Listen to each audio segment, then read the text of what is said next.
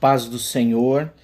Continuamos ainda falando sobre a missão da igreja nesta semana e o tema de hoje é a igreja vivendo o amor fraternal. E que para possamos meditar nesse tema, nosso texto de hoje se encontra na carta de 1 João, primeira carta de João, capítulo 1, verso de número 7, que a palavra diz assim: Porém, se andamos na luz, como ele na luz está, temos comunhão uns com os outros, e o sangue de Jesus Cristo, seu Filho, nos purifica de todo o pecado. Amém? Esse versículo ele começa com a palavra porém, em algumas versões começa com a palavra mas. Isso significa que tem alguma coisa importante antes desse versículo. E eu gostaria de ler para a gente poder entender um pouquinho do que se trata esse nosso versículo de hoje. E no versículo 6 ele diz assim: Se dissermos que temos comunhão com ele e andamos em trevas, mentimos e não praticamos a verdade.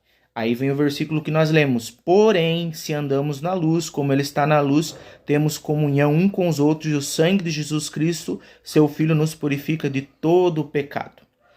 O cristianismo, ele não é um conjunto de regras. O cristianismo não é apenas rituais, cumprir datas, cumprir rituais, cumprir regras. Para nos tornarmos cristãos verdadeiramente, precisa haver uma conversão genuína dentro do nosso coração. Uma mudança de vida, uma mudança de comportamento, uma mudança de pensamento. Por isso esse texto diz que se nós andamos na luz, como Jesus está na luz, nós temos comunhão uns com os outros.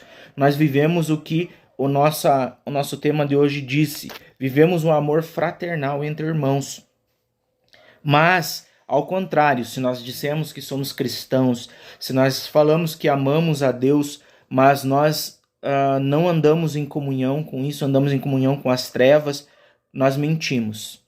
Se nós professamos uma fé, mas vivemos de uma maneira contrária a essa fé, a palavra diz que nós mentimos.